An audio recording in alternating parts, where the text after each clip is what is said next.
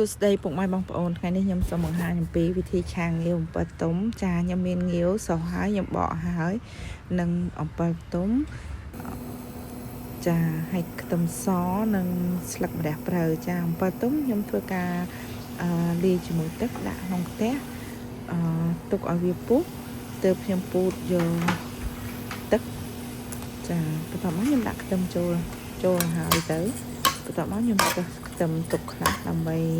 យកខ្ទឹមហ្នឹងលីងជាមួយនឹងគ្រឿងអូលីវចានេះខ្ញុំបានអំពិលទុំដែលខ្ញុំងាស់ហើយបន្ទាប់មកខ្ញុំចាក់ប្រេងអូលីវចូល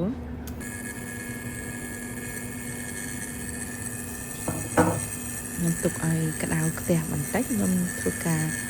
ដាក់ខ្ទឹមសហើយនិងម្ទេសចូល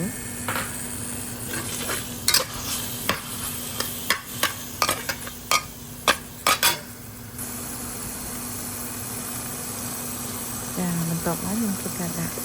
ម្សៅស៊ុបមួយចុងស្លាបព្រាបាយចាប៊ីចេងមួយចុងស្លាបព្រាបាយស្ករសមួយចុងស្លាបព្រាបាយចាបន្ទាប់មកខ្ញុំច្រូតទឹកត្រីបន្តិច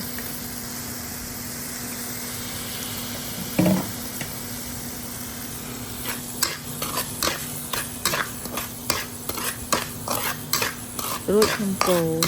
បញ្ចូលគ្នា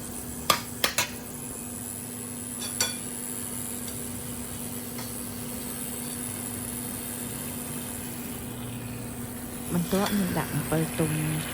ចូលរួចខ្ញុំធ្វើការដាក់ទឹកត្រីកោះកុំចូលបន្តិចមកចាដាក់ម្រេចចូលបន្តិច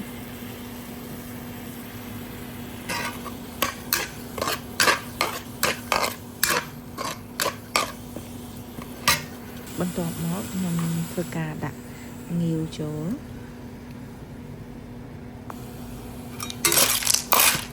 បន្ទាប់ពីដាក់ងាវខ្ញុំធ្វើការកូរបញ្ចូលគ្នាសិនឲ្យវាចាប់រសជាតិចូលគ្នា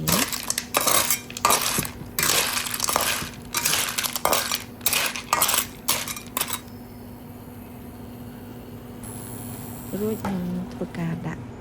ស្លឹកម្រះព្រៅចូល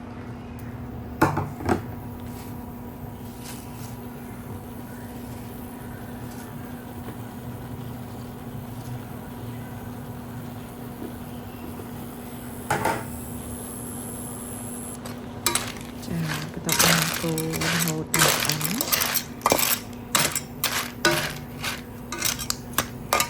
ចាបន្ទាប់មកងាវយើងឆ្អិនហើយអរគុណពុកម៉ែបងប្អូន